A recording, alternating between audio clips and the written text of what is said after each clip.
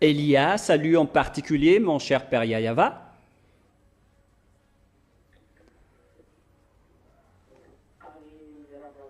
Et je salue en particulier également mon cher Yahushua.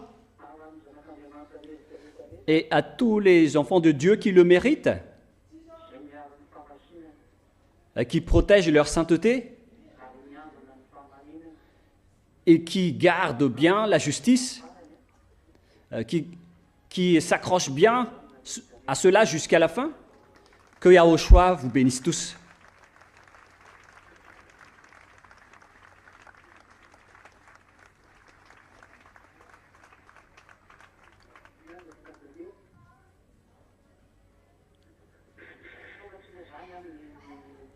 Donc nous sommes arrivés à notre assemblée d'aujourd'hui, c'est-à-dire notre assemblée en Yahushua. Gloire éternellement à eux deux, c'est-à-dire pour le Père Yayava et mon cher Yahushua. Directement, nous allons commencer par l'enseignement à travers la parole, notamment avec l'enseignement numéro 11 que nous allons écouter ensemble en ce moment.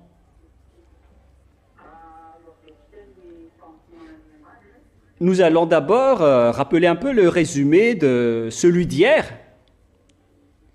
Alors nous avons vu que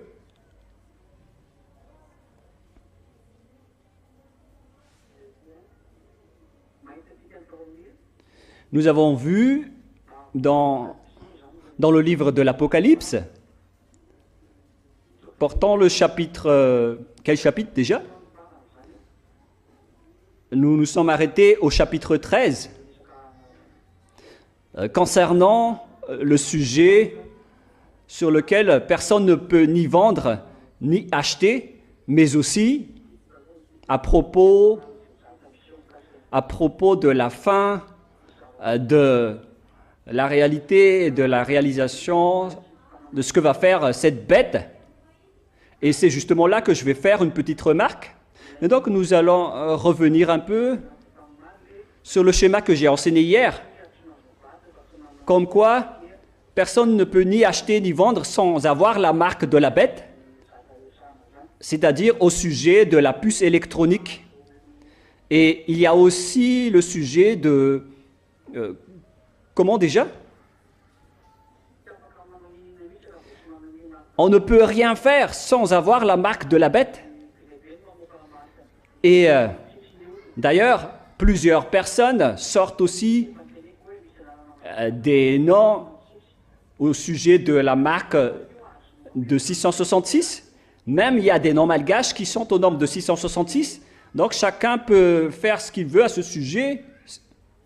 Mais ce que la parole a dit, c'est que c'est celui qui a la sagesse et qui a l'intelligence et la conscience, c'est celui-là qui peut connaître le nombre du nom de la bête s'il veut le faire. Mais moi, je vous ai déjà enseigné que pour vous les agneaux, vous ne devez pas entrer dans ce domaine, puisque on vous a déjà donné la force pour protéger vos chemins, pour qu'aucun de vous ne soit attrapé par cette bête et cette troupe à cause du Saint-Esprit qui est avec vous, car c'est le Saint-Esprit qui vous protège, d'après l'enseignement d'hier. Et au contraire, c'est vous qui allez vaincre, car vous n'allez jamais trahir. C'est ça, avoir la victoire. Les gens vont voir que tous les gens qui combattent la bête sont tous détruits, même vous les agneaux, car leur objectif, c'est que tout le monde se prosterne devant la bête pour prier. Mais les agneaux, par contre, ils n'acceptent pas de se prosterner ou de prier à la bête. C'est pourquoi ils vont vous persécuter, ils vont vous tuer. Mais par contre, c'est votre chair qui va être tuée, mais votre esprit ne sera pas tué, car vous n'accepterez jamais de vous prosterner devant la bête. C'est pourquoi les agneaux de Yahushua vont avoir la victoire. Certes, tous ceux qui se battent contre elle va être vaincu, parce que personne ne peut la vaincre. Si c'est du côté charnel, elle va vaincre, mais sur le plan de l'esprit, elle ne va pas vaincre. C'est au contraire les enfants du Très-Haut, les ZA, qui vont vaincre. Pourquoi? Parce qu'ils ne vont pas trahir. C'est pourquoi l'enseignement numéro 10, portant le titre « Ceux qui sont avec Yahushua vaincent la bête », puisqu'ils ne trahiront jamais. C'est pourquoi ils vont avoir la victoire. Est-ce que c'est clair, les enfants? Et donc, l'explication suivante, c'est à propos de la venue de Gog, l'arrivée de Gog. À quel moment Gog va arriver?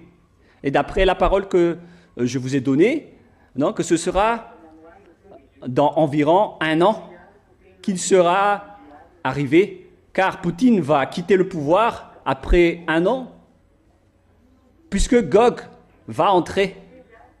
Et lorsqu'il va arriver,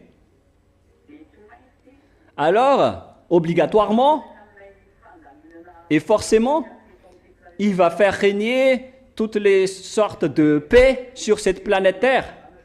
Peut-être ce sera pendant combien de jours, combien de mois ou combien d'années. On ne sait pas encore le déroulement du schéma.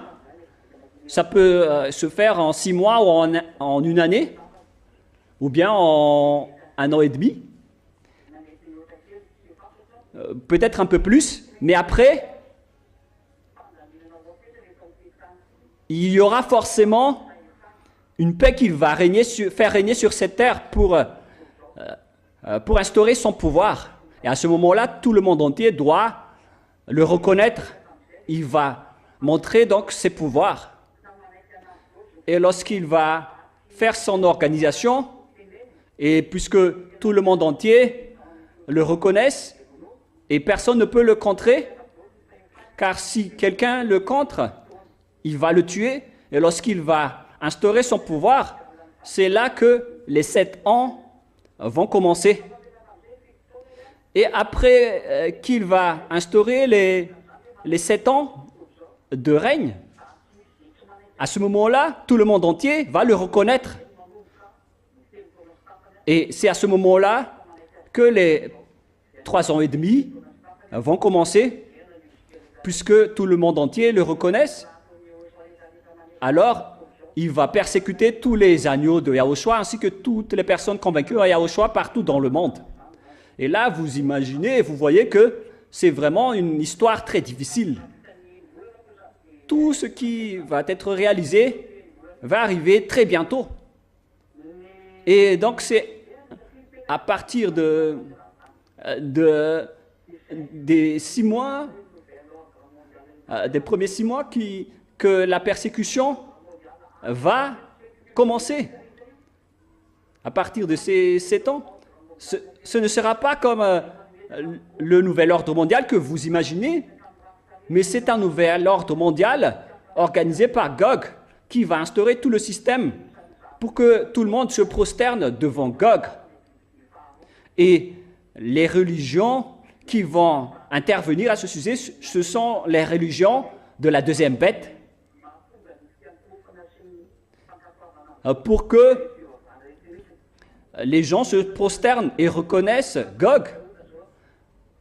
Alors, ils vont utiliser ces 2 religions. Comme par exemple à Madagascar, il y a la concertation nationale pour la refondation des gouvernements à Madagascar. Et premièrement, c'est le FFKM qui intervient. Car Madagascar, c'est l'une des premières cibles qui va suivre ça automatiquement. Après l'arrivée de la bête, c'est Madagascar qui sera se plier premièrement devant elle. Et elle va accepter la bête jusqu'à la fin. Déjà, Gog est déjà à Madagascar. Je parle des Russes. Hein. On voit déjà le schéma à Madagascar. Et ce sont les religions qui interviennent dans le partage du sujet de Gog, car c'est dans ces religions qu'il va se développer. Et c'est aussi le cas à Madagascar. Moi, je ne dis pas que je ne dis pas que c'était dans un petit moment, mais ça fait déjà depuis longtemps que ça arrive à Madagascar. Mais les gens, ils contredisent toujours la parole d'Élia, et personne ne connaisse rien à ce sujet. Mais nous, moi, je vais dire ce qui est à dire. Et donc, après les 3 ans et demi, il y aura donc la montée des agneaux de Yahushua au ciel des cieux. Les morts vont ressusciter pour avoir un corps immortel. Et lorsque vous allez tous être transformés en corps immortel, et c'est après que vous allez monter au ciel des cieux, d'après la chanson de Shriana, qui parle de carnaval. C'est pas carnaval, mais c'est carnaval. Mais c'est aussi un carnaval pour monter au ciel des cieux, pour accueillir Yahushua et non pas le Père Yahva. Donc voilà, est-ce que c'est clair jusque-là? C'est très clair.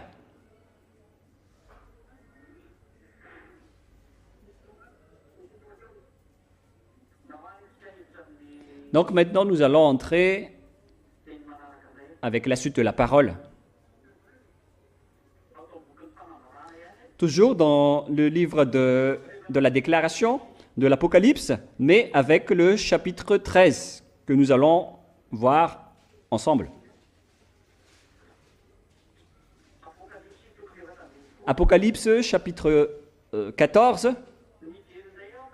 Chapitre 14. Je regardais, et voici l'agneau se tenait sur la montagne de Sion.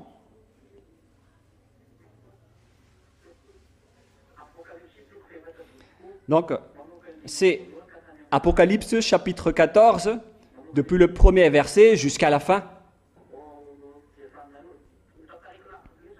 Je vais le raconter intégralement, et c'est après que vous allez écouter tout ce que je vais lire.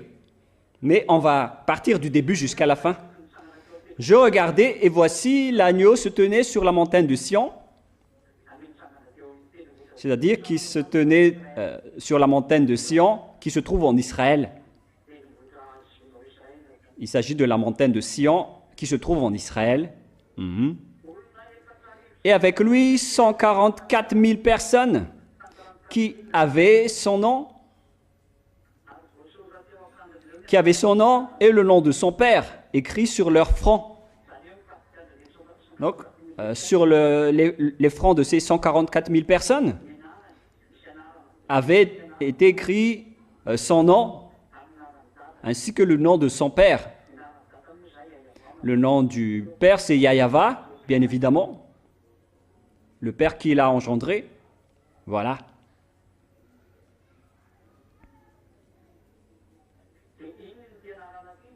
Et quel est ce nom?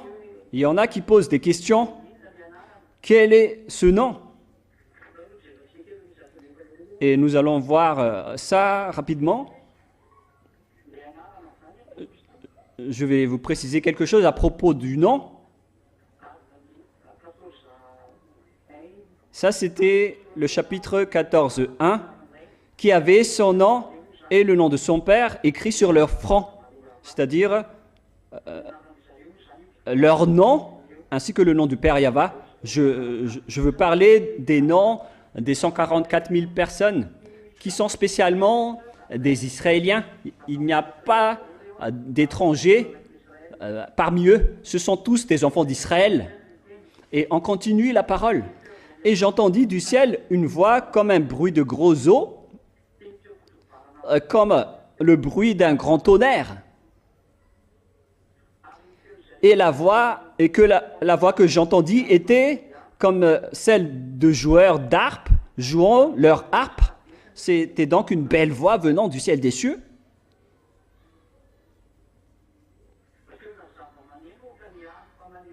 Une voix d'instrument de musique, d'harpe, qu'on entend comme un bruit de grosses eaux ou d'un grand tonnerre. Alors que c'est de la musique, c'est comme la chute de la bombe. Et dans ce bruit, il y a aussi un bruit de grand tonnerre. C'est ça donc la voix d'harpe. C'est pas comme la voix de guitare, mais c'est autre chose. Et la voix que j'entendais comme celle de joueurs d'harpe jouant de leur harpe, et ils chantaient une cantique nouveau devant le trône et devant les quatre vivants et les vieillards. Et personne ne pouvait apprendre le cantique, si ce n'est les 144 000 qui avaient été rattachés de la terre, qui avaient été rachetés de la terre. Ce sont eux qui ne sont pas souillés avec les femmes, car ils sont vierges. Ce sont tous d'ailleurs des hommes qui n'ont jamais accouplé avec des femmes. Ils suivent l'agneau partout où il va. Ils ont été rachetés d'entre les hommes comme les prémices pour Dieu et pour l'agneau. C'est donc une sorte de déclaration qui dit qu'il existe des humains qui ont été élus parmi les Israéliens, car c'est là-bas qu'a eu lieu la première sélection des humains en Israël. Donc ce sont donc des bonnes récoltes parmi ces humains. Ils sont vierges et ils n'ont jamais été mariés. Et après, nous allons voir qui sont venus d'Israël, mais on va continuer d'abord. Et ça n'a rien à voir avec les Malgaches, ni les Français, ni les Anglais. Et ce sont ceux qui... Et dedans leur bouche ne s'est point trouvé de mensonge, car ils sont irrépréhensibles. Et je vis un autre ange qui le volait parmi eux, à toute langue et à tout peuple. Et nous allons donc revenir tout d'abord dans Apocalypse 7, 3. Nous allons voir concernant les 144 000, puisque la parole est justement là. Apocalypse donc 7, 3, 4, 5, 6, 7, 8, 9, 10.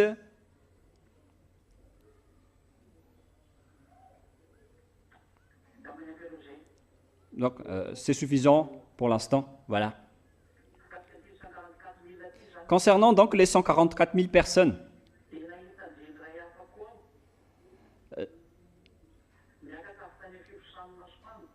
et je vis un autre ange qui montait du côté du soleil levant et qui tenait le sceau de Dieu vivant.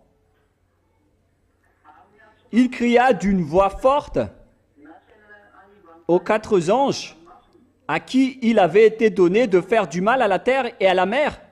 Et il dit, ne faites point de mal à la terre, ni à la mer, ni aux arbres, jusqu'à ce que nous ayons marqué le sceau le front des serviteurs de notre Dieu. Et j'entendis le nombre de ceux qui avaient été marqués du sceau, 144 000. Donc, ces 144 000 personnes, d'après le verset 4, c'est toutes les tribus des fils d'Israël. On parle des 144 000 personnes. C'est clair alors que les 144 000 personnes qu'on parle dans le chapitre 14 de l'Apocalypse, ce sont tous des Israéliens. Est-ce que c'est clair cette parole jusque-là? Est-ce que c'est clair ou non?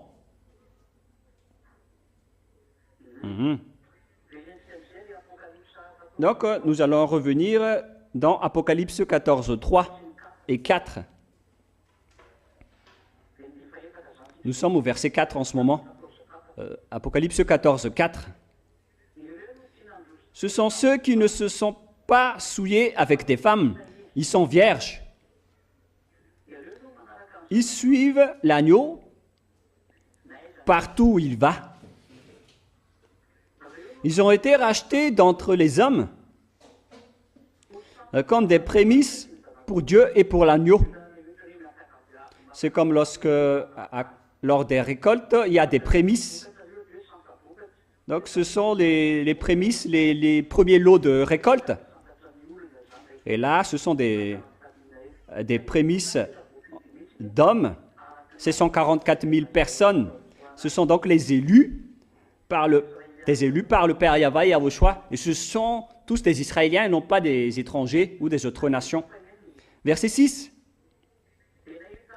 Je vis un autre ange qui volait par le milieu du ciel. Là, c'est tout autre chose qu'on parle. Ayant un évangile éternel pour annoncer aux habitants de la terre, à toute nation, à toute tribu, à toute langue et à tout peuple. Ce rôle, c'est ce que Élia fait en ce moment. C'est Élia qui accomplit ce travail actuellement.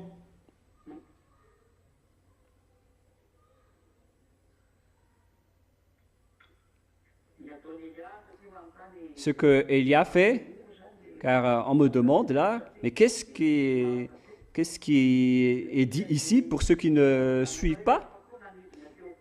Je vis un autre ange qui volait par le milieu du ciel. C'est-à-dire qu'il a volé en haut du milieu du ciel, ayant un évangile éternel, c'est-à-dire cette parole de la vérité que vous écoutez en ce moment, pour annoncer aux habitants de la terre, à toute nation, à toute tribu, à toute langue et à tout peuple. Ce n'est autre que Élia que vous voyez en ce moment. C'est lui qui va prêcher l'évangile, qu'on décrit ici comme un autre ange qui volait par le milieu du ciel. Et si vous allez dire, comment ça se fait que vous êtes un ange? Moi, je vous ai déjà dit que je ne viens pas de chez vous. Hein. Mais cette parole parle de Élia et ce qu'il fait. Voilà Élia.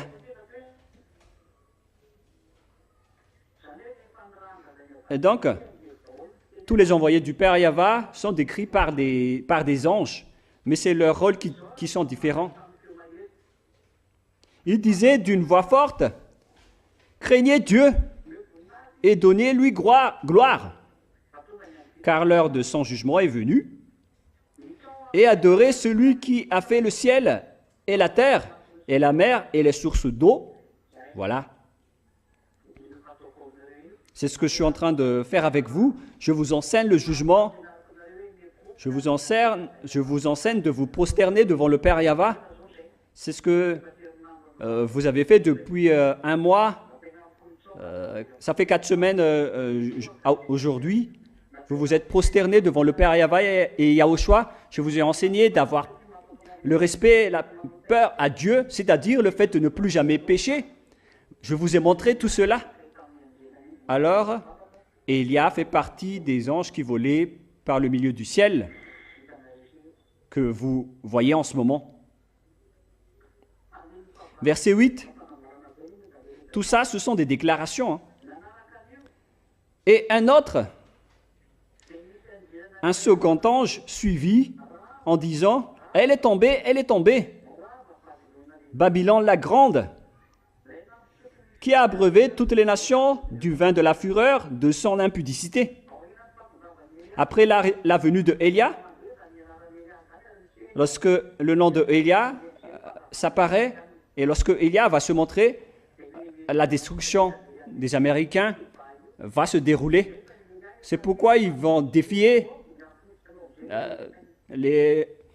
Cuba, alors que Élia a déjà dit que vous allez être détruits à Cuba, car les Russes vont vous frapper que vous aimez ou non.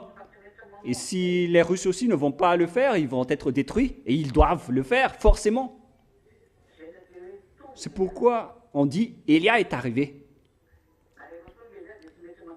Et lorsque Élia est arrivé, toutes les paroles doivent être exécutées jusqu'à la persécution de la Grande Babylone, qui ne sont que les Américains, et qui ont fait du mal dans ce monde, qui ont fait du mal à ce monde, qu'on voit réellement. Et là, ils vont se battre. Le roi de la Russie, qui est Gog, contre la femme prostituée qui sont les Américains. Verset 9. Et un troisième ange les suivit, en disant d'une voix forte, si quelqu'un adore la bête et son image, et reçoit une marque sur son front ou sur sa main, il boira aussi du vin de la fureur de Dieu, versé sans mélange dans la coupe de sa colère, et il sera tourmenté dans le feu et le soufre devant les saints anges et devant l'agneau, et la fumée de leur tourment monte au siècle des siècles, et ils n'ont de repos ni jour ni nuit, ceux qui adorent la bête et son image, et quiconque reçoit la marque de son nom. Ici donc, tous ceux qui ont suivi la bête vont être persécutés et vont souffrir à jamais, car ils vont même boire le vin de la fureur du Père Yahva dans la coupe de sa colère. Ils ont versé sans mélange le vin de la fureur dans la coupe de sa colère. Et il sera tourmenté dans le feu et le soufre. Et tous ceux qui vont se prosterner devant l'image de la bête vont être en souffrance éternellement. Donc après la destruction de la femme prostituée, alors la bête va entrer et il va utiliser la télévision et tout le reste avec la puce que je vous ai déjà dit. Et tout ça est déjà en cours, hein, surtout dans les pays à l'étranger, c'est déjà en cours. Mais à Madagascar, c'est encore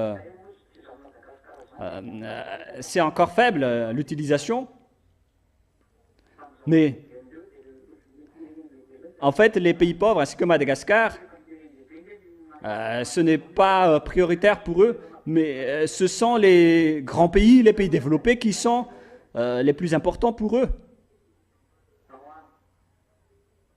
Allons-y. Verset 11. Et la fumée de leur tourment monte au siècle des siècles. Ici donc c'est très clair que la souffrance sera éternelle. Car il y a des gens qui disent qu'il n'y aura pas de souffrance éternelle car Dieu pardonne. C'est un mensonge. C'est le diable qui dit cela. Mais lorsque vous êtes frappé, et vous êtes, si le Dieu d'Abraham vous fait souffrir, alors vous allez souffrir éternellement à jamais, sans liberté, sans libération. Et c'est vrai, hein, moi je le confirme. Mais vous pensez que le Père Yahva, est-ce qu'on peut plaisanter avec lui? Non. Verset 12. C'est ici la persévérance des saints qui gardent les commandements de Dieu et la foi en Yahushua.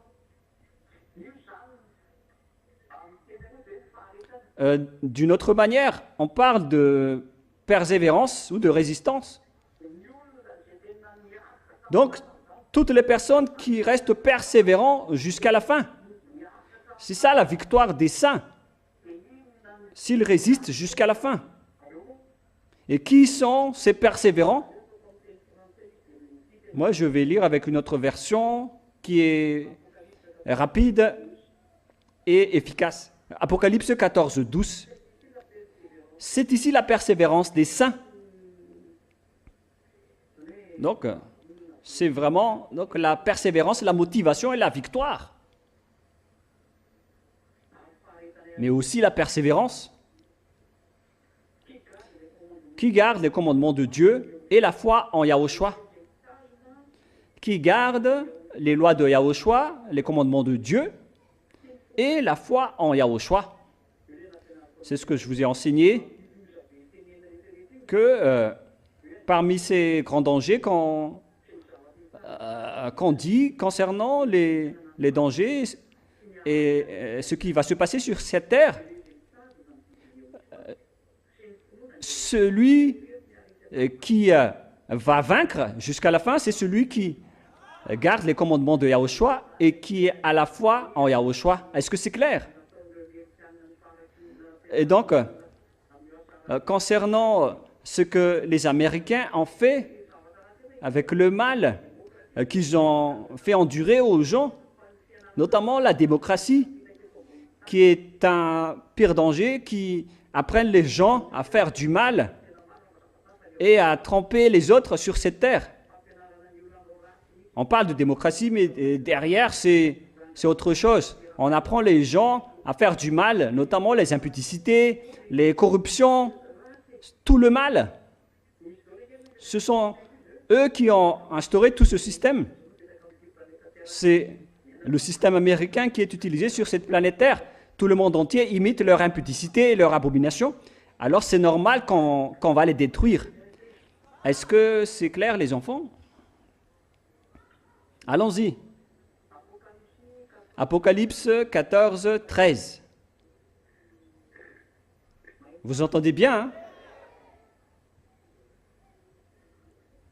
Et j'entendis du ciel une voix qui disait, « Écris,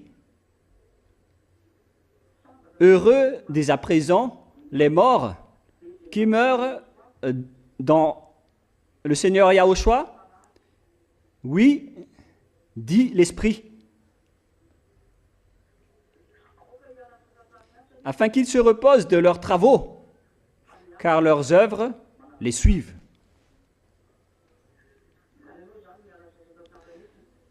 Donc les morts en Yahushua vont vraiment se reposer. Ils se reposent de leurs travaux, car leurs œuvres les suivent désormais. Toutes vos œuvres vont toujours vous suivre. Souvenez-vous de cela, vous, tous les agneaux. Alors, faites attention à vos œuvres pour que ce ne soit pas dans le bon chemin. Faites que ce ne soit pas dans le mauvais sens, car vos œuvres vous suivent. Si vous avez bien fait votre travail, vous allez avoir le bon vêtement de la part de Yahushua lors de la cérémonie du festin. Mais si vous n'êtes pas cassé la tête avec les œuvres de Yahushua, vous allez être jugé et vous allez être expulsé au final, selon l'enseignement d'hier. Est-ce que c'est clair, hein? J'espère. Verset 14. Je regardais, et voici, il y avait une nuée blanche.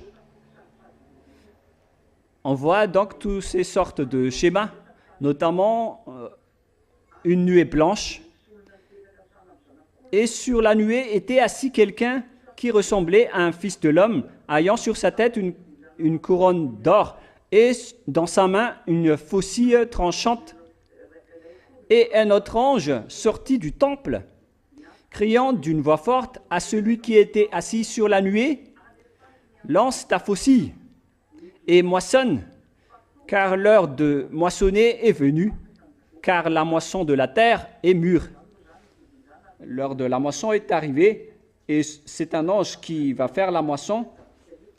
Il va contrôler et il va dominer donc les humains sur la terre, c'est-à-dire la moisson. C'est comme le moissonnier qui va moissonner dans les champs ou dans les rizières pour ramener les riz dans les greniers. Et ici, ce sont des anges qui vont faire moissonner pour châtier tous les humains, car l'heure du moisson, pour eux, est arrivée.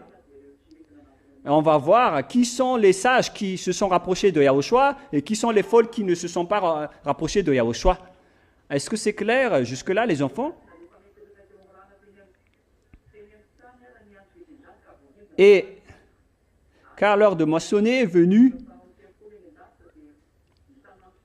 et celui qui était assis sur la nuée jette sa faucille sur la terre, et la terre fut moissonnée, et un autre ange sortit du temple, et dans le ciel ayant lui aussi une faucille tranchante, verset 18, et un autre ange qui avait autorité sur le feu sortit de l'autel, et il s'adressa d'une voix forte à celui qui avait la faucille tranchante, disant, lance ta faucille tranchante, et vendange les grappes de la vigne de la terre, car les raisins de la terre sont mûrs.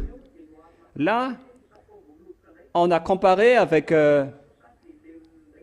les grappes de la vigne, car Yahushua nous a comparé avec des raisins et de la vigne. Voilà ce schéma. Donc, on va aussi moissonner tous les humains, et notamment ceux qui sont avec Yahushua, lors de la moisson, qui parle des vignes et des grappes, des raisins. Vous connaissez bien cette histoire, les enfants, hein, qui dit « Je suis les raisins et vous êtes les grappes de la vigne. » Et ceux qui ne sont pas productifs vont être jetés dans le feu. C'est dans Jean 15, 5 que nous allons lire.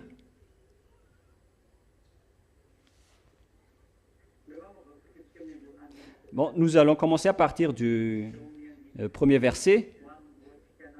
Nous allons commencer.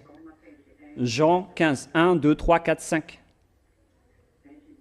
Le 1 et le 2, et après on va continuer, ainsi de suite. Je suis le vrai cep.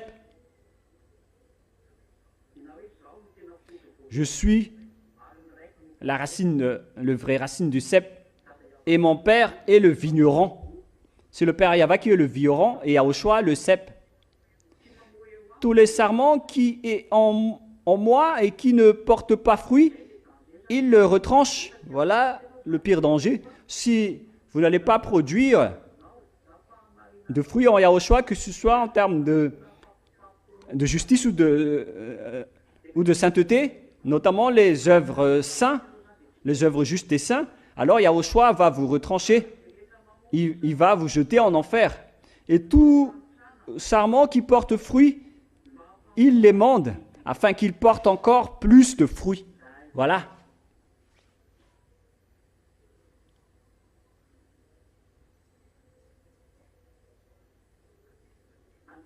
Verset 5. Je suis le cep, vous êtes les sarments. Celui qui demeure en moi et en qui je demeure porte beaucoup de fruits. Car sans moi, vous ne pouvez rien faire.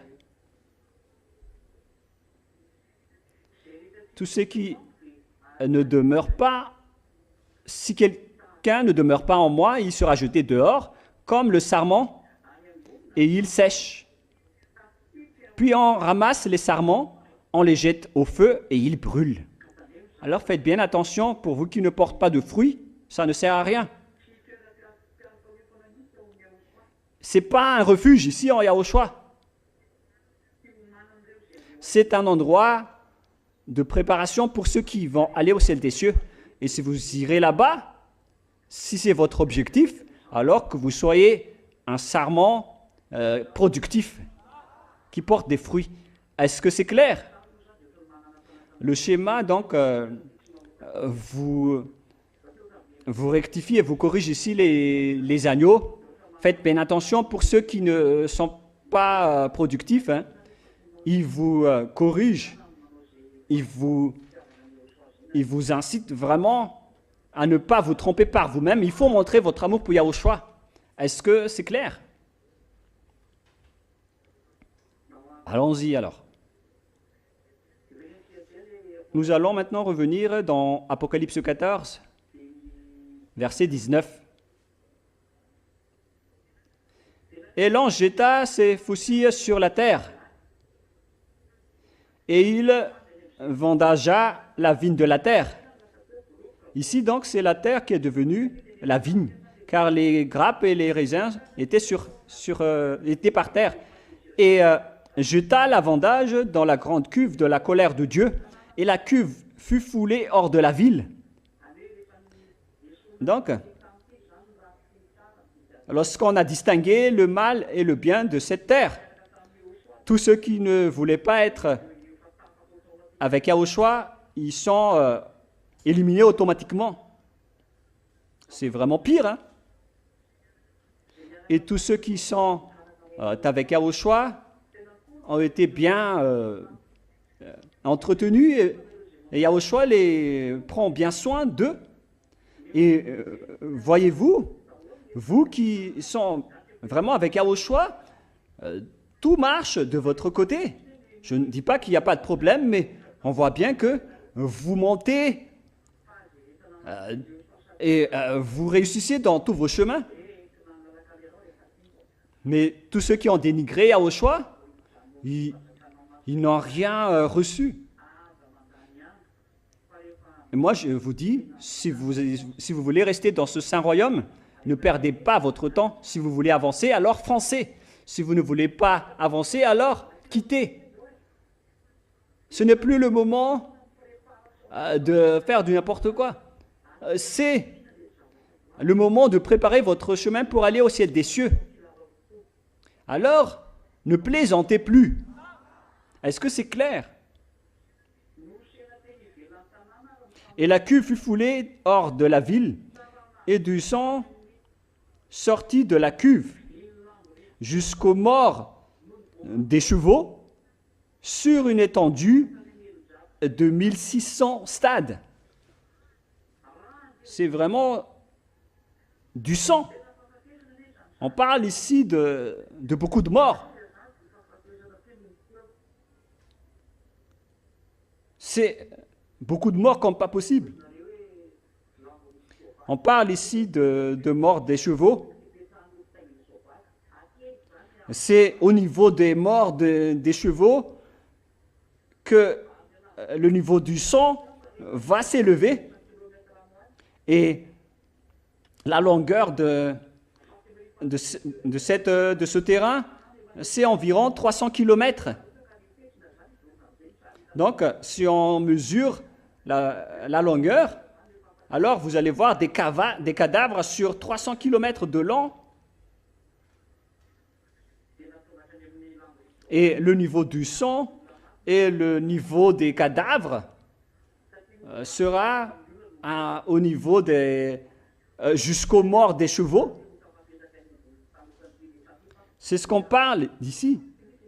Ce n'est pas le niveau du sang, mais le niveau des cadavres, des personnes qui sont mortes. Leur niveau va jusqu'aux morts des chevaux.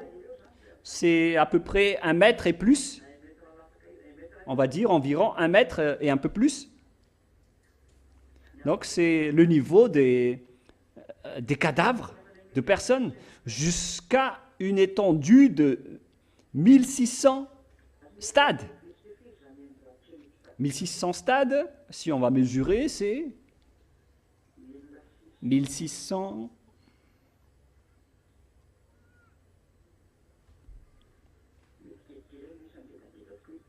C'est à peu près donc 300 km. Donc, le nombre des hommes morts, des cadavres qui se reliaient dans la rue, alors ça va jusqu'à 300 km de long, avec 1 mètre et plus de hauteur. La largeur du chemin, c'est entre 4 et 5 mètres pour une voie double. Et donc, la largeur de la rue, c'est entre 4 et 5 mètres, avec une longueur de 300 km. Largeur, c'est 5 à 6 mètres, avec une hauteur de environ 1,50 m. Voilà donc le niveau de la mort des chevaux. Alors imaginez le niveau des cadavres, le nombre des cadavres. Et où vont tous ces cadavres?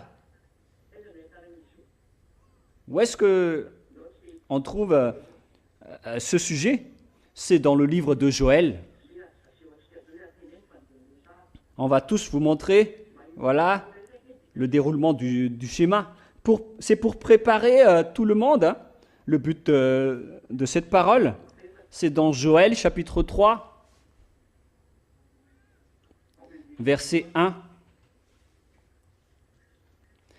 Joël chapitre 3, versets 1 et 2. C'est là qu'on trouve cette histoire.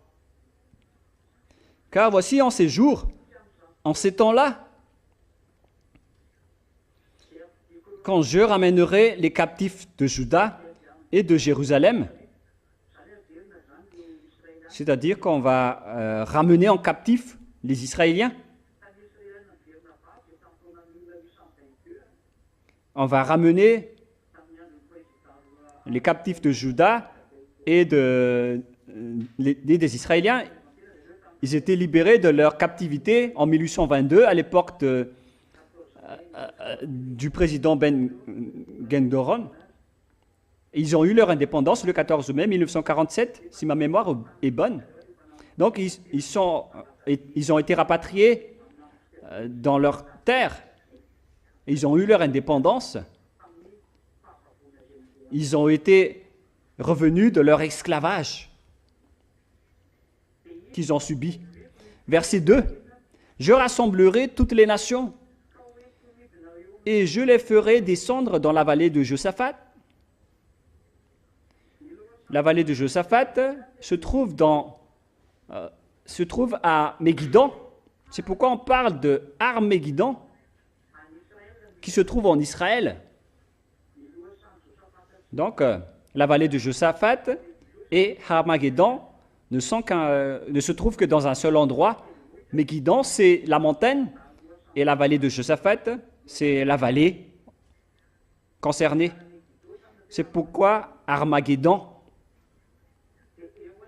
c'est là-bas qu'il y aura la guerre atroce. Là, j'entrerai en jugement avec elle au sujet de mon... Je rassemblerai toutes les nations et je les ferai descendre dans la vallée de Josaphat à Armageddon. Si une personne voyage en Israël, elle peut voir cet endroit, car ce n'est autre que la vallée de Josaphat qui est l'Armageddon. C'est la montagne qui est Megiddo et qui est Megiddo. Arm veut dire montagne et la vallée de Josaphat se trouve en bas, comme les rizières en bas de la montagne. Lorsqu'on voit une montagne, il y a toujours une vallée, des rizières en bas. Mais là, on parle vraiment d'une vallée. Et d'après ce qu'on dit ici, cette vallée peut contenir jusqu'à plus de 200 millions de personnes, selon les réflexions des observateurs, pour ceux qui aiment observer et réfléchir. Donc c'est une très grande vallée. Mais les chercheurs et les penseurs, ils ne savent rien. Mais c'est Élia qui parle en disant que cet endroit est préparé pour accueillir les 200 millions de soldats qui vont combattre contre Yahushua. Et ces 200 millions de soldats vont venir attaquer Israël. C'est pourquoi je vous dis aux Israéliens, il faut fuir tant que vous le pouvez. Ne restez pas en Israël, surtout les femmes. Car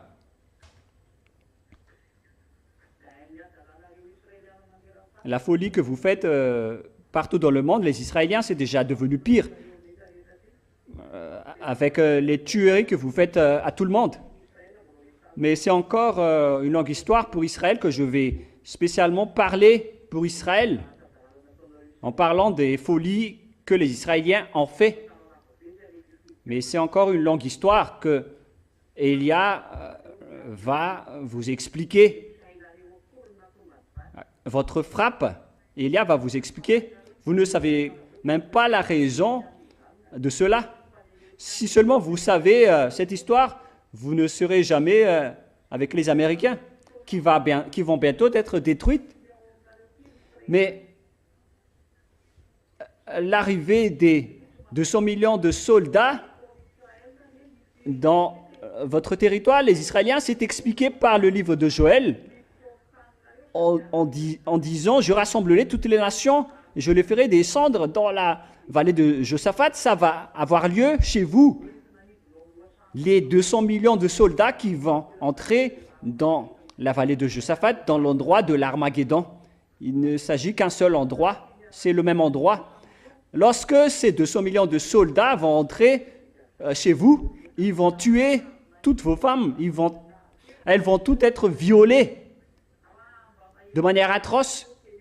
Oh les Israéliens, si vous m'écoutez en ce moment, soyez conscients. Vous ne voyez pas le danger qui va vous arriver, surtout vous les Américains. C'est pourquoi Gog va devoir te frapper. L'Amérique, les États-Unis, car tu es fier tu oses protéger les Israël. Et il va vous tuer, ils vont vous tuer, les Américains. Et vous, les Américains, vous ne pouvez pas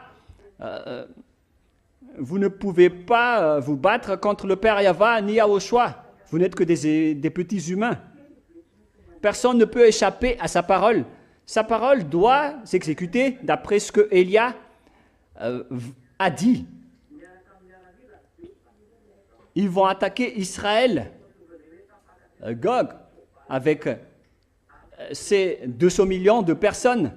Et les cadavres et les morts vont être à un niveau des morts de chevaux. Et il y aura des cadavres sur le long de 300 km. Ça va être une tuerie et des morts de manière atroce.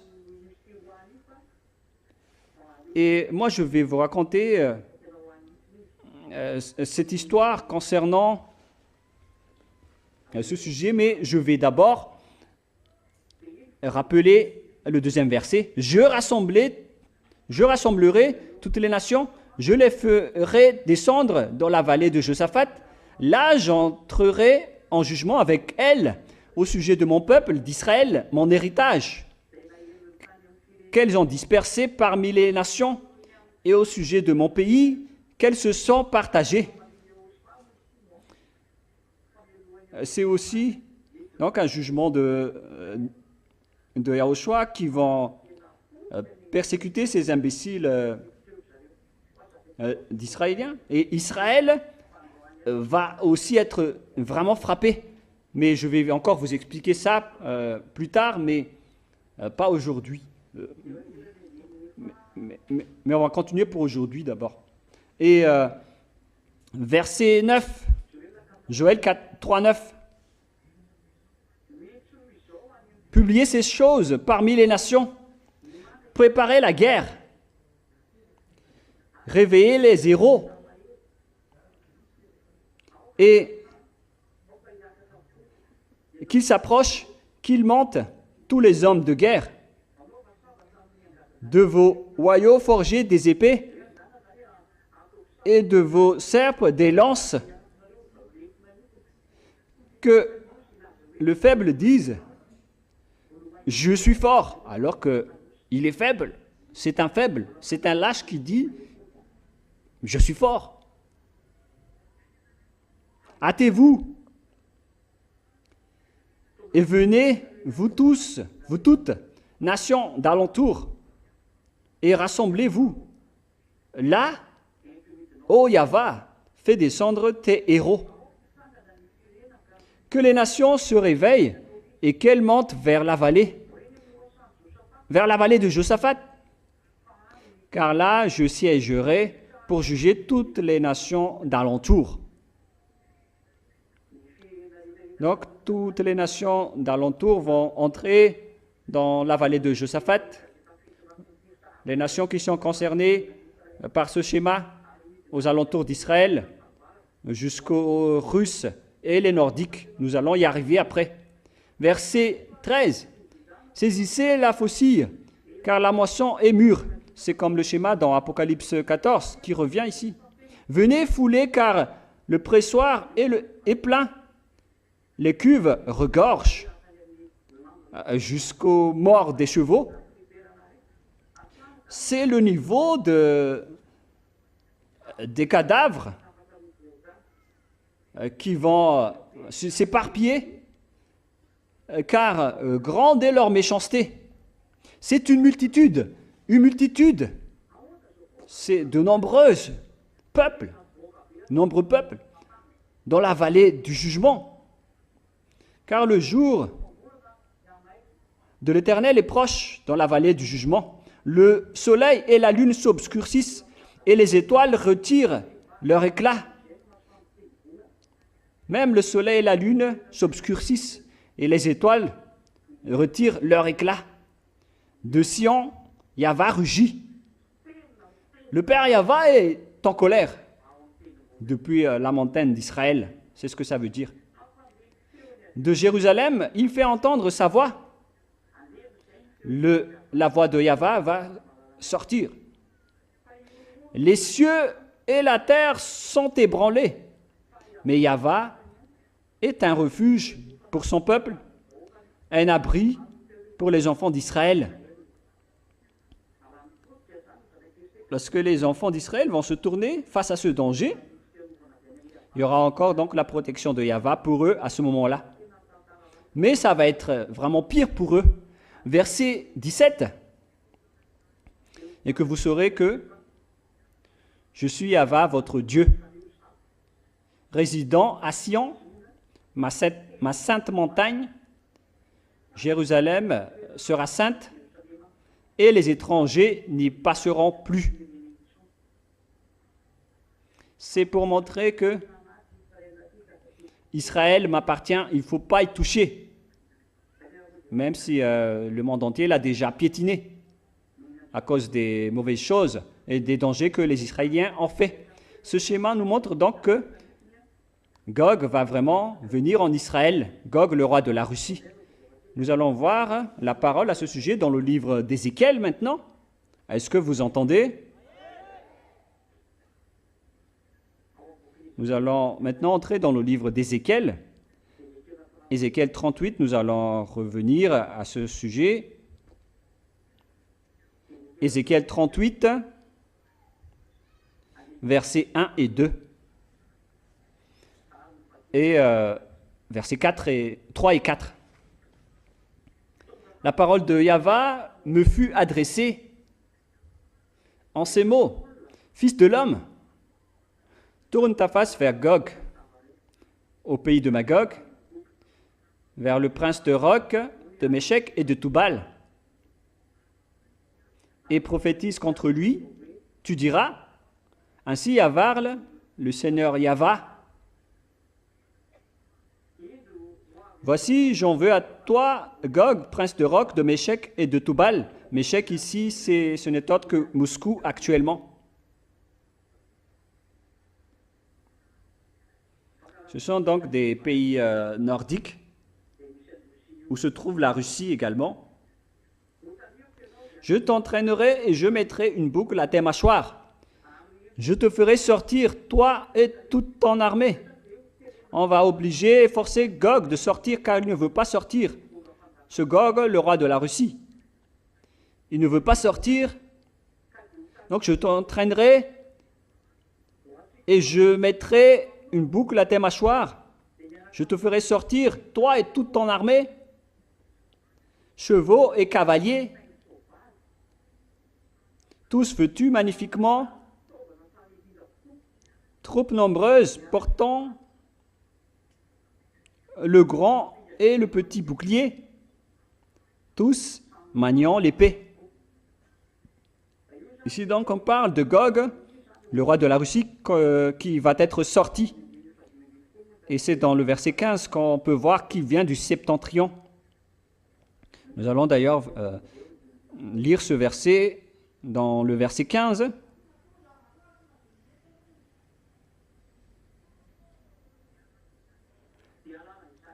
Alors, tu partiras de ton pays, des extrémités du septentrion, toi et de nombreux peuples avec toi, tous montés sur des chevaux, une grande multitude, une armée puissante. Qui vient du septentrion? Je vous ai déjà enseigné que c'est la Russie. Si on part d'Israël, qui est le centre de la terre, selon la Sainte Écriture, c'est Israël qui est le centre de la terre. Et juste en haut, au nord d'Israël, on trouve directement la Russie, si vous regardez sur la carte. Et c'est la Russie qui est avec elle. On revient dans le verset 5. Verset 5, nous allons lire. Ézéchiel 38, 5. Nous resterons toujours dans le livre d'Ézéchiel si je ne change pas. Hein. Mais lorsque je change de chapitre, je vais préciser. Lorsque je ne change pas de chapitre, nous restons dans le même. D'accord? Voilà. Donc, Ézéchiel 38, 5. Et avec eux, ceux de Perse, d'Éthiopie et de Pout, tous portant le bouclier et le casque. Ce n'est autre que les Iraniens actuellement. C'est pourquoi on dit que vous faites vraiment une bêtise, les Américains, pour combattre les Iraniens. Vous ne les vaincrez jamais. La guerre que vous menez contre l'Iran va vous détruire au contraire. Je ne dis pas que vous ne pouvez pas les frapper. Hein. Vous pouvez les frapper, mais vous n'allez pas les détruire. Et si vous continuez, vous allez être détruits, car ils ont été déjà envoyés par notre père. Les Iraniens ont été déjà ordonnés par notre père qu'ils vont s'allier avec la Russie. Alors ce n'est pas vous, les Américains, qui va les détruire. Ce n'est pas vous qui allez détruire leurs bombes nucléaires. C'était un ordre venant du père Yahva et de Yahushua. Ils ont créé leurs bombes nucléaires. Maintenant, ils en possèdent. Ils possèdent des bombes nucléaires. Je vous le dis, monsieur le président Donald Trump, ils ont vraiment des bombes nucléaires, les Iraniens. Et moi, je vous donne directement la réponse. Ils ont des bombes. C'est pourquoi ils n'ont pas peur de vous. Et ils vont oser vous bombarder, ils vont oser vous lancer ces bombes. Hein. Donald Trump, c'était un signe pour vous, ce qu'ils ont lancé à Diego Garcia. Ils font penser à une chose étrange chez eux s'ils ont réussi à envoyer des missiles de longue portée à Diego Garcia. C'est rare que les missiles arrivent à faire ce longue portée. Ça se rapproche de la puissance nucléaire, hein, si c'est le cas. Mais moi, je vous parle quand même. Mais vous ne voulez pas écouter Élia. Moi, je ne me soucie pas. C'est mon rôle de parler, car les esprits qui sont élus pour revenir chez nous, Élia doivent les appeler. C'est ça le rôle de Élia. Il raconte toutes les choses qui vont arriver à la fin des temps. Mais si vous ne voulez pas écouter, tant pis pour vous. Ne soyez pas juste attrapés par nous, car le nôtre est déjà en cours. Celui du Père Yahva est déjà en cours. Mais ne grandez pas lorsque vous allez être frappés. Ce sont les Perses qui sont avec toi, la Russie, c'est-à-dire les Iraniens, et les Éthiopies ainsi que la Libye, ce sont des Africains.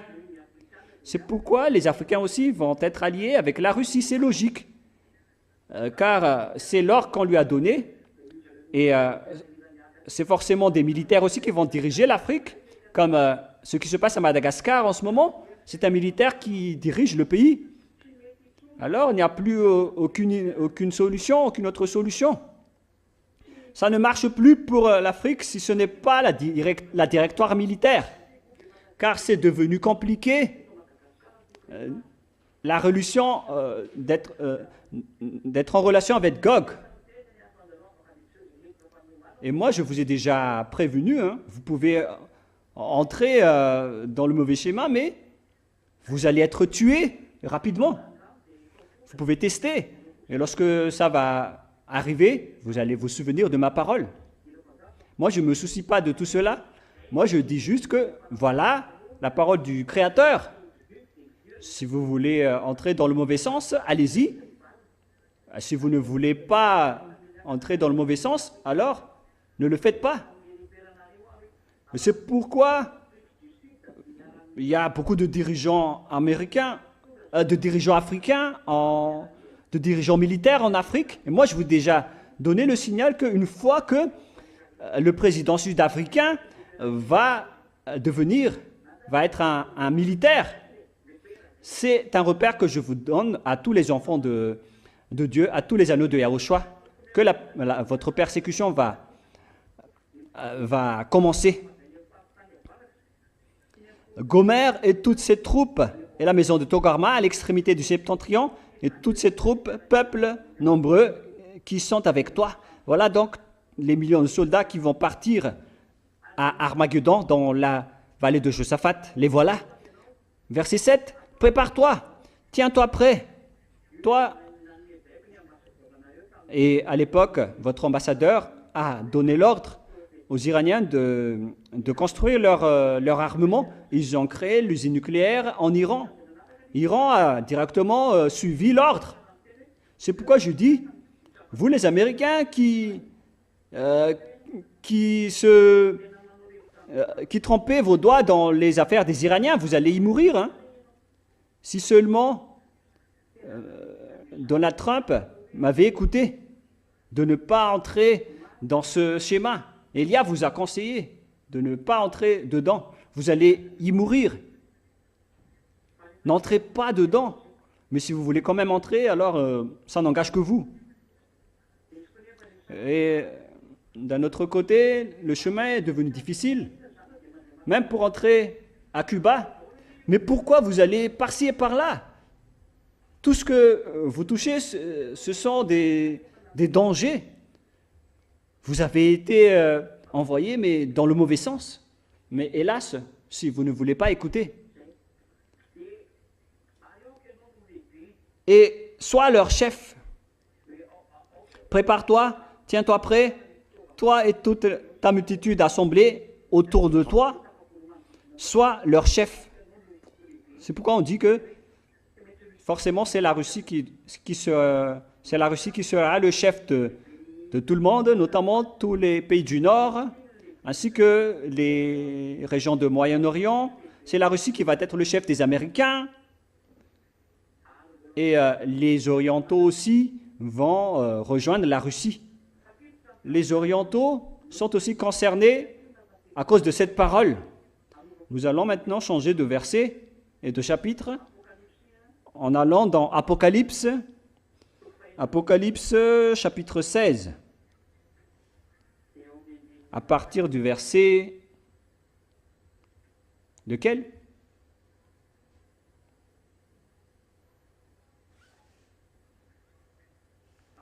Apocalypse chapitre 13, à partir du verset 12.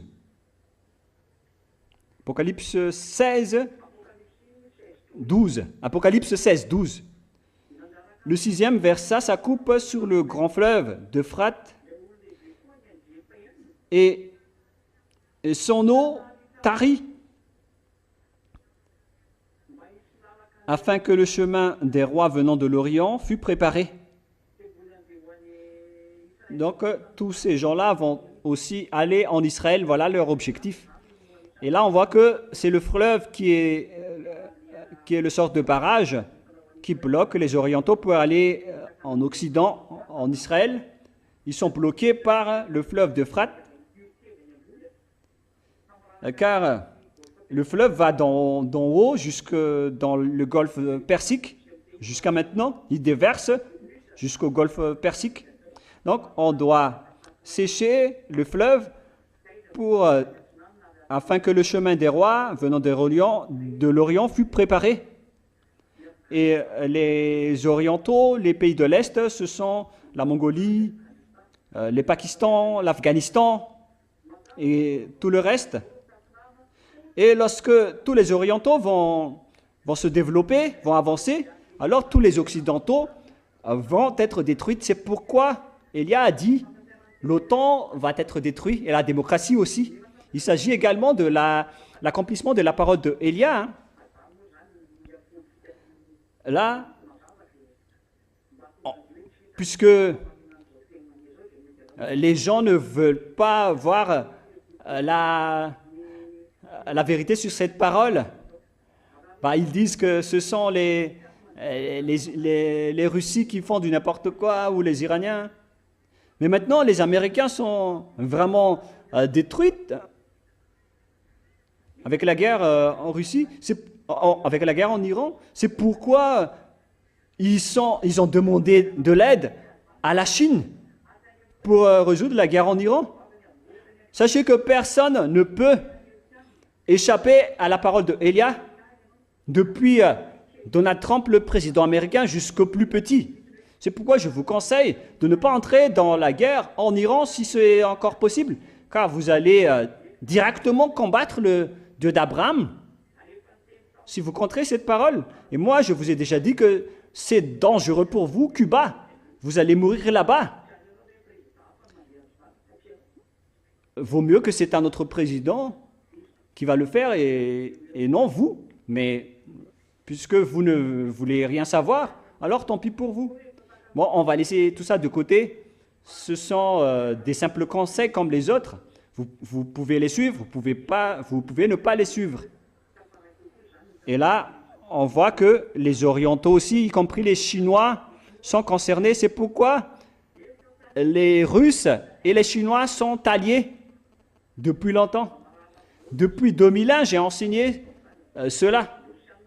À l'époque, les Russes étaient encore faibles et les Chinois ne pouvaient encore rien faire. Les Chinois ont monté en puissance depuis récemment, après l'enseignement de Élia, parce qu'ils doivent venir en Israël. Et c'est pourquoi ils sont montés en puissance. Tout ça, avec l'histoire de la Russie, c'est l'accomplissement de la parole, notamment avec les Américains qui vont être déchus. Mais vous pouvez ne pas croire, et on verra la suite. Mais au moment où vous allez être heurté, alors vous allez vous souvenir de Élia. Nous allons maintenant revenir dans Ézéchiel 38. Où est-ce que la Russie va aller après? Où est-ce qu'ils iront? Nous allons donc voir la suite de cette histoire. Dans Ézéchiel 38, à partir du verset 8.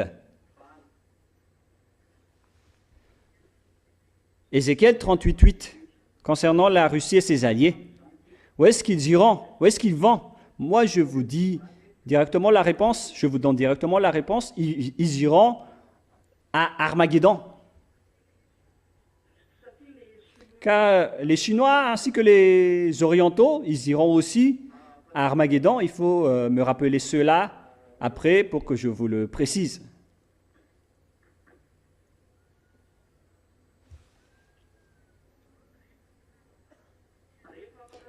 Après bien des jours, tu seras à leur tête dans la suite des années. Vers la fin des années, on ne sait pas en quelle année. Tu seras à leur tête.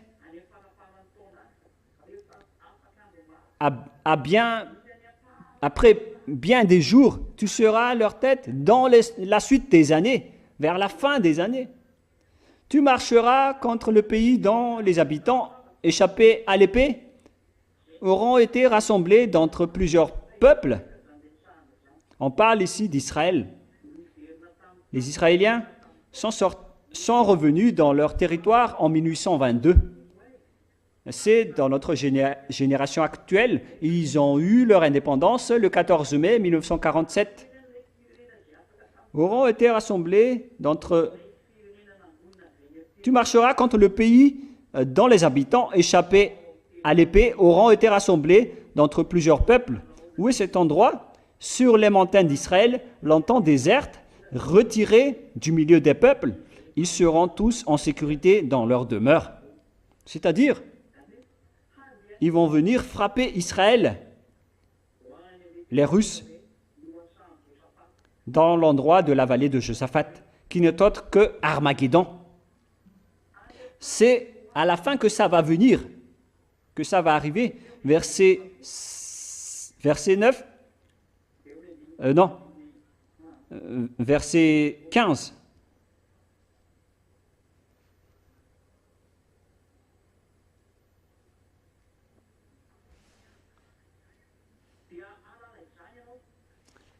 Verset 15, Ézéchiel 38, 15. Alors tu partiras de ton pays, des extrémités du septentrion, toi et de nombreux peuples avec toi, tous montés sur des chevaux, une grande multitude, une armée puissante. Tu t'avanceras contre mon peuple d'Israël. Verset 16. Comme une nuée qui va couvrir le pays. Dans la suite des jours, je te ferai marcher contre mon pays. C'est dans la suite des jours, c'est-à-dire à la fin des temps, tu vas venir pour frapper Israël. Nous sommes arrivés à cette période. C'est la Russie qui va frapper Israël, ainsi que les Iraniens, les Africains et les Chinois. Et tous les Orientaux, l'Afghanistan, le Pakistan, la Mongolie, les Coréens, tous les pays asiatiques qui sont avec les Russes. Est-ce que vous osez encore répondre et contrer la parole du Père Yahva, Donald Trump? Vous qui dites être croyant, vous ne voyez pas que c'est vraiment un danger ce schéma? C'est contre la parole du Dieu d'Abraham, le fait que les Américains entrent en guerre en Iran. Mais personne n'a su dire cela avant l'arrivée de Élia. Mais lorsque Élia est arrivé, il vous a dit, ne soyez pas fous, n'allez pas dans le mauvais sens, quittez cet endroit. Mais ils ne veulent pas être corrigés, ils ne veulent pas être conseillés. Et tant pis pour eux, on ne peut rien faire. Donc on va revenir dans Apocalypse 16 pour parler des Chinois qui vont aller à Armageddon.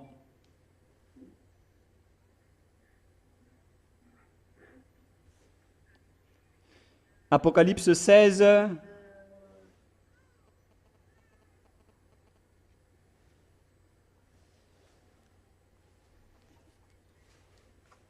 Apocalypse 16, 12.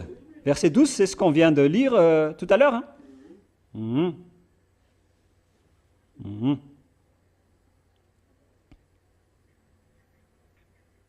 Nous allons lire à partir du verset 13 maintenant.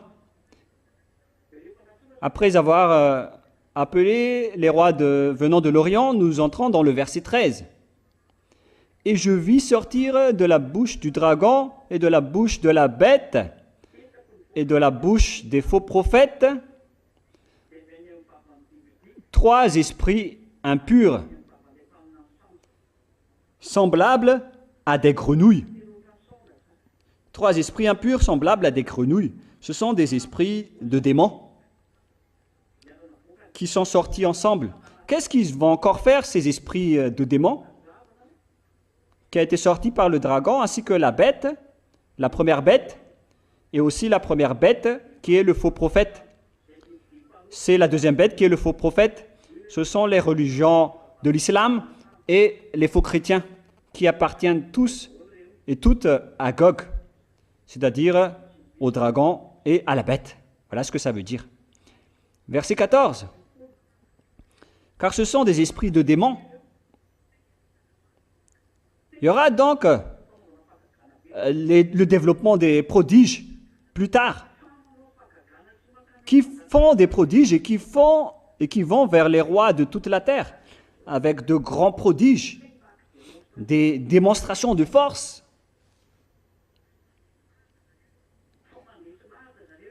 Ils vont convaincre les gens et ils vont convaincre tous les rois de la terre afin de les rassembler pour le combat du grand jour du Dieu Tout-Puissant, qui n'est autre que à Armageddon, dans la vallée de Josaphat.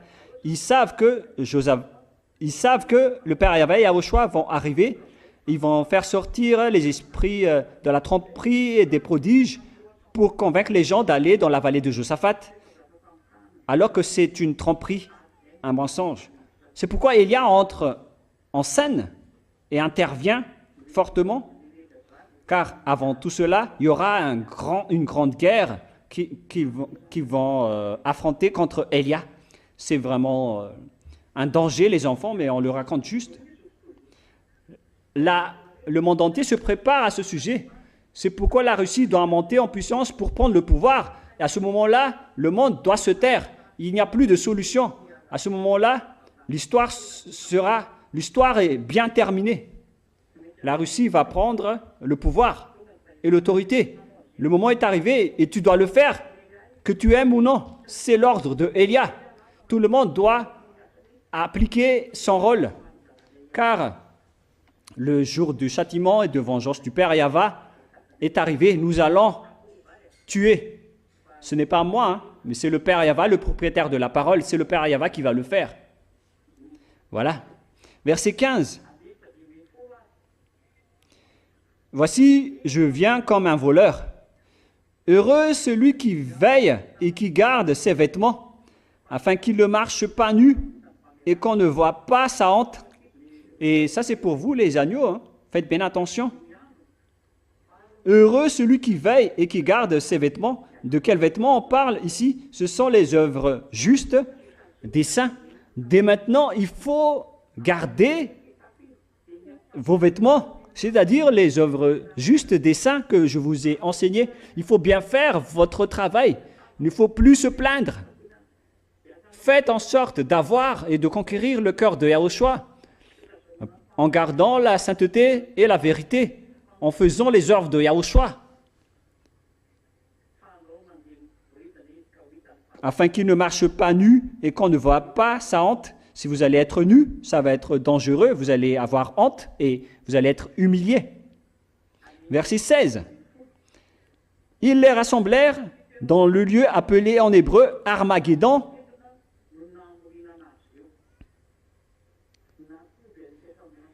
Ils ont rassemblé dans la vallée de Josaphat tout le monde, ainsi que tous les rois de la terre qu'ils ont trempés avec des prodiges pour qu'ils arrivent à Armageddon. C'est pourquoi tout le monde pratique les prodiges et les miracles. Ce sont tous les adversaires de Élia.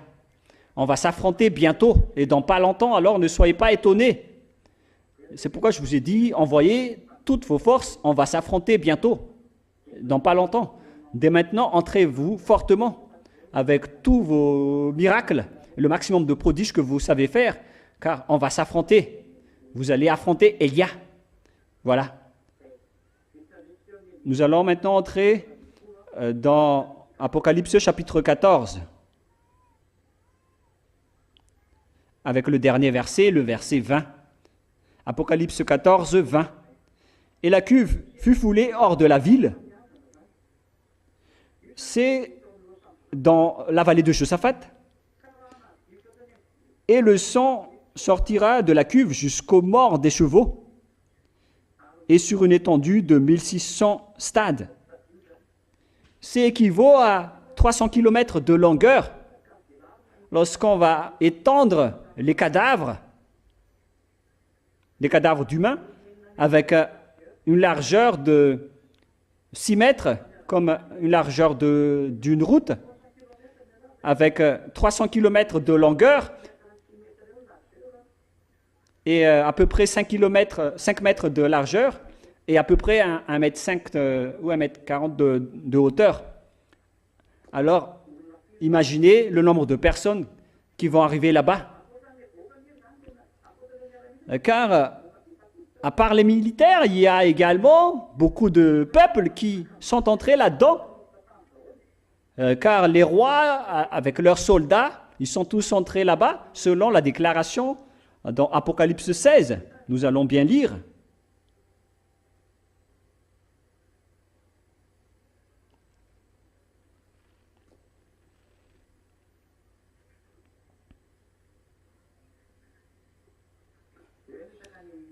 Qui parle du fait de tromper les rois.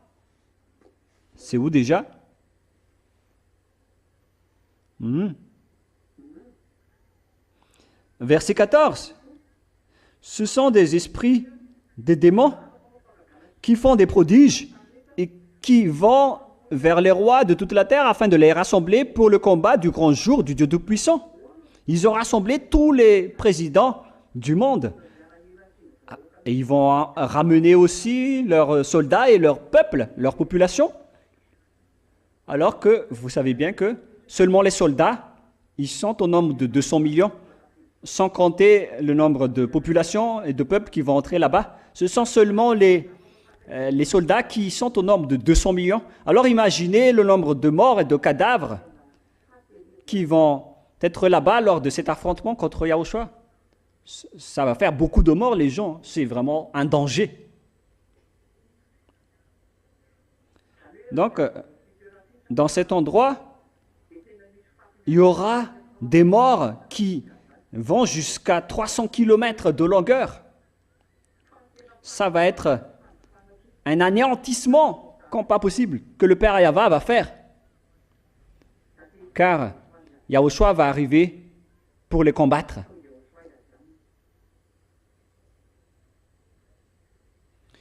Nous allons d'ailleurs lire cette parole qui parle que Yahushua va venir pour les combattre, au cas où il y a ceux qui ne comprennent pas. Car il y a une suite à ce sujet, c'est dans Apocalypse encore. Apocalypse chapitre 20.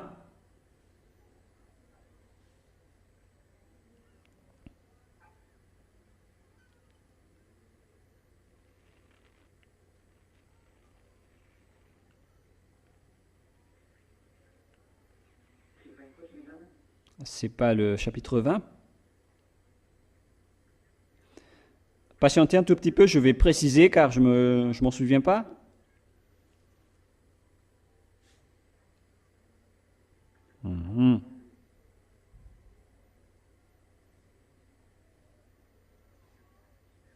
Apocalypse 19.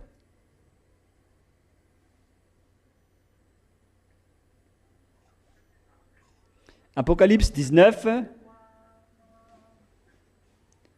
à partir du verset 11. Nous allons lire ensemble. À partir du verset 11, où nous voyons ici Yahushua qui est paru avec les soldats du ciel des cieux pour combattre la bête. Et aux côtés de Yahushua, à ce moment-là, il y aura Elia. Apocalypse 19, à partir du verset 11, 12, 13, 14, 15, 16, 17, 18, 19, 20. Puis je vis le ciel ouvert, et voici parut un cheval blanc. Celui qui montait s'appelle fidèle et véritable, et il juge et combat avec justice. On parle ici de Yahushua. Ses yeux étaient comme une flamme de feu. Sur sa tête étaient plusieurs diadèmes. Il avait un nom écrit que personne ne connaît, si ce n'est lui-même. Et il était revêtu d'un vêtement teint de sang. Son nom est la parole de Dieu. Donc son nom est la parole de Dieu. Et la parole de Dieu n'est autre que Yahushua dans Jean 1, 1. Jean chapitre 1, verset 1. Au commencement, la parole. Au commencement était la parole.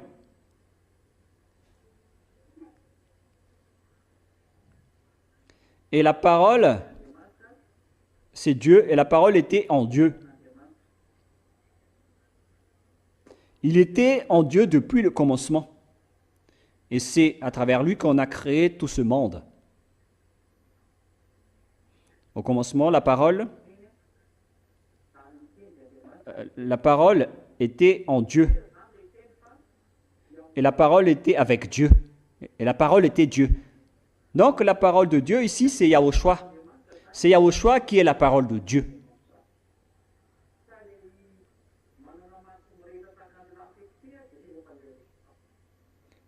Et donc celui qui a des yeux comme les flammes de feu, ce n'est autre que Yahushua.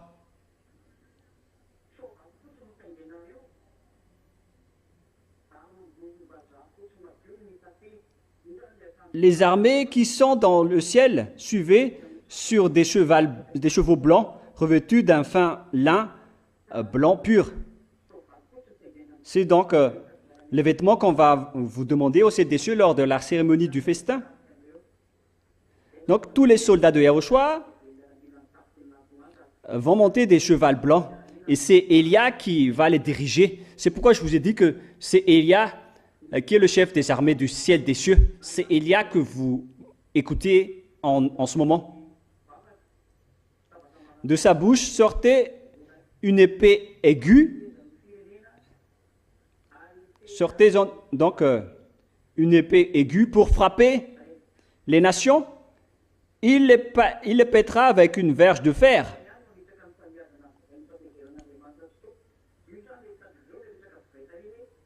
Et il fouera la cuve du vin de l'ardente colère de Dieu Tout-Puissant. Donc c'est Yahushua qui va faire cet anéantissement, cette destruction qui aura lieu à Armageddon, d'après ce schéma, et tout le reste. Parce que c'est en Armageddon qu'aura lieu l'affrontement avec Gog qui a attaqué Israël. C'est là donc le dernier rendez-vous, ce sera là. Mais le rôle de Élia d'abord, c'est de rassembler les autres nations et les étrangers pour être ramenés en Yahushua. C'est ce que je fais en ce moment. Il avait sur son vêtement et sur sa cuisse un nom écrit « Roi des rois et Seigneur des seigneurs ». Et nous allons sauter vers le verset 20. Non, on va partir avec le verset 19 d'abord. Verset 19. « Et je vis la bête et les rois de la terre et leurs armées rassemblés pour faire la guerre à celui qui était assis sur le cheval et à son armée. » Donc le combat est déclaré ici. Yahushua avec les soldats du ciel des cieux sous la direction de Élia. Et c'est aussi sous la direction de Yahushua, c'est ce que ça veut dire. Mais lorsque le combat sera effectif, c'est Yahushua qui va diriger et Élia sera son exécutant pour exécuter tous ses ordres.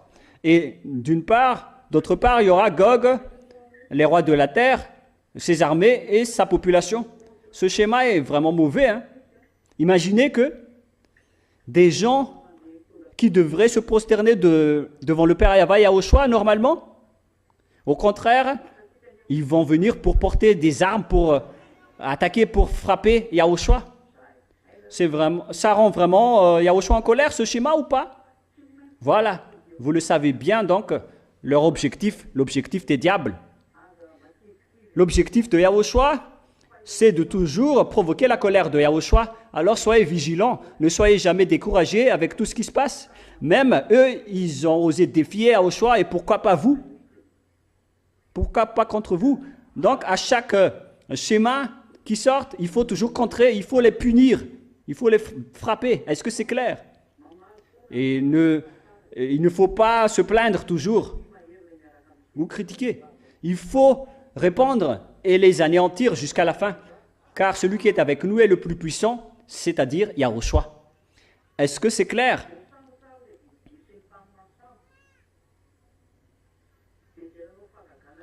Et la bête fut prise avec elle, le faux prophète qui avait fait devant elle les prodiges par lesquels il avait séduit ceux qui avaient pris la marque de la bête et qui adoraient son image. Ils furent tous les deux jetés vivants dans l'étang ardent de feu et de soufre. Et les autres furent tués par l'épée qui sortait de la bouche de celui qui était assis sur le cheval. Et tous les oiseaux se rassasièrent de leur chair. C'est vraiment une grande destruction. Gog est détruit. Voilà la fin de Gog. Il va finir par attaquer Yahushua en Israël. En venant en Israël, c'est pourquoi je dis aux Américains de rester tranquilles. Vous n'avez plus aucune autorité. Tous ceux qui vont entrer dans ce que je viens de dire vont entrer dans le mauvais sens.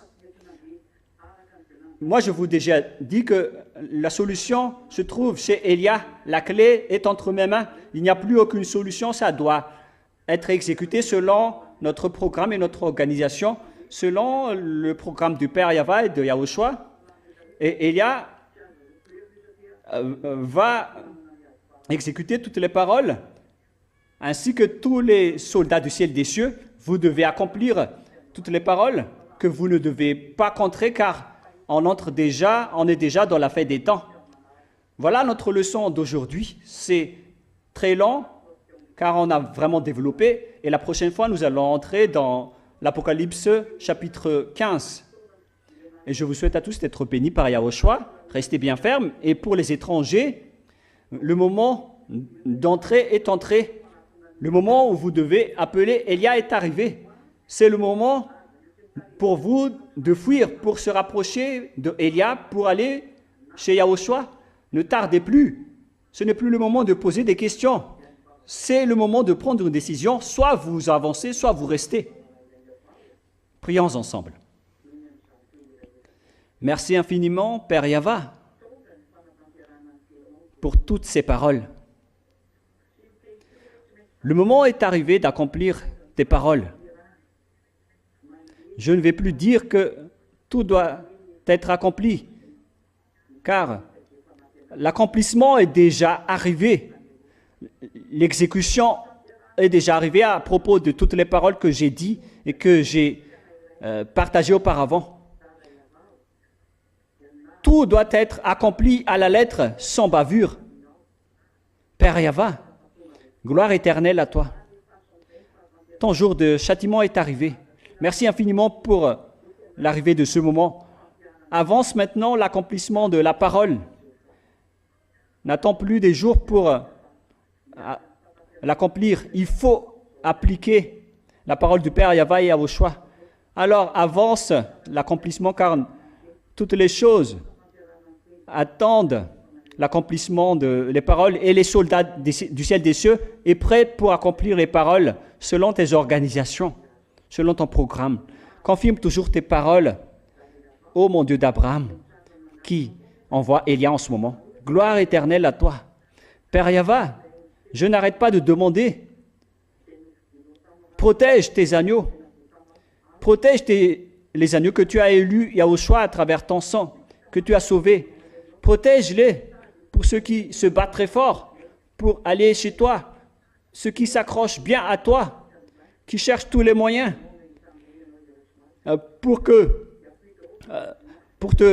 pour arriver vers toi, pour ceux qui insistent fortement, que tu les regardes, Yahushua. Aide tous ceux qui se battent fort pour toi. Bénis leur nourriture, l'eau qu'ils boivent, leur travail, ainsi que tous ceux qui sont bien pour eux, notamment leur santé, et protège chacun. Père Yahva et Yahushua, gloire éternelle à vous deux. Confirme toujours vos paroles et accélère l'accomplissement de toutes les choses. Merci infiniment, Père Yahva, et au nom de toi, Yahushua, je fais toutes ces paroles. Merci infiniment, Yahushua. Amen. Voilà donc pour la parole. Je vous souhaite à tous d'être bénis par Yahushua, et à la prochaine. Au revoir tout le monde.